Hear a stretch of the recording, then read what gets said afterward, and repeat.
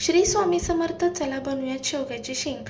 तर त्यासाठी आलं, लसूण, खोबरं, कोथिंबीर, शेवग्याची शेंग, टोमॅटो, कढीपत्ता, चिंच, गूळ, तुरीची डाळ आणि मुगाची डाळ घेतली. लोखंडाच्या काळ्या तव्यामध्ये तेल गरम करून त्याच्यामध्ये मोहरी, जिरे, कढीपत्ता, आलं, लसूण, खोबरं, कोथिंबीर यांचं वाटण टाकलं.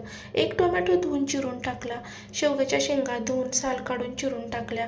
5 मिनिट छान परतून त्याच्यामध्ये मीठ टाकलं आणि मीठ टाकल्यानंतर सुद्धा छान 5 मिनिट परतून घेतलं. तुम्हाला माझा व्हिडिओ आवडत असेल तर व्हिडिओला लाईक करा आणि प्लीज चॅनलला सबस्क्राईब करा. मागच्या वेळेस आपले सबस्क्रायबर 128 होते आणि आता 130 झाले आहेत.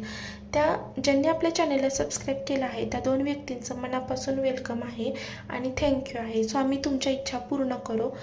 तर माझ्या मिस्टरांच्या फोनमध्ये मी व्हिडिओ शूट करते. त्यांच्या फोनची क्लॅरिटी बघा. शेवगाच्या शेंगाचा हिरवा रंग आणि टोमॅटोचा लाल रंग किती छान कॉम्बिनेशन आहे ना. 5 मिनिट परतून झाल्यानंतर याच्यामध्ये हिंग, काळं तिखट, सुहाणाचा मटण मसाला, बादशाचा गरम मसाला टाकून छान परतून घ्यायचा आहे. आणि 1-2-3 मिनटं परतून झाल्यानंतर गरम पाणी, एक अर्धा कप गरम पाणी याच्यामध्ये टाकून छान परतून घ्यायचं आहे. परत 2 मिनटं परतून झालं की शेवग्याच्या शेंगा साईडला करायच्या आणि मसाल्यामध्ये छान तेल सुटेपर्यंत परतून घ्यायचं आहे. माझे मिस्टर दुपारी 12ला कामावरती जातात. ते रात्री 12लाच ते घरी येतात. माझा फोन आणखीन रिपेअर झालेला नाही आणि मिस्टरांच्या मध्ये त्यांना ऑफिसमध्ये टायमिंग स्कॅन करायचा असतो. त्याच्यामुळे त्यांना फोन नेणं खूप गरजेचं असतं. त्याच्यामुळं माझ्या व्हिडिओ अपलोड करताना टाईम खूप इकडे तिकडे होत आहे.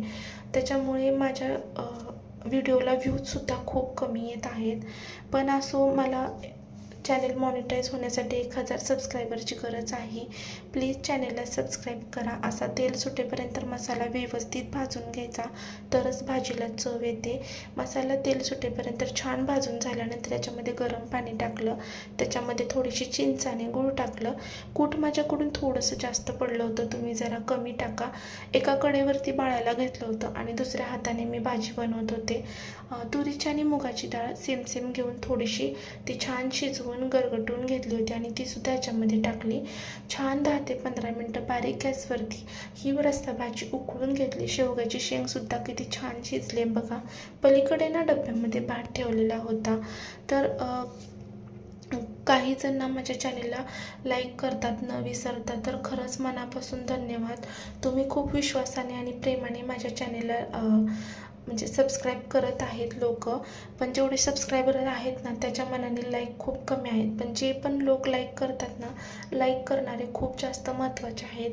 खूप प्रेमाने तुम्ही लाईक करतात, त्यासाठी खरंच मनापासून थँक्यू. असाच सपोर्ट शेवट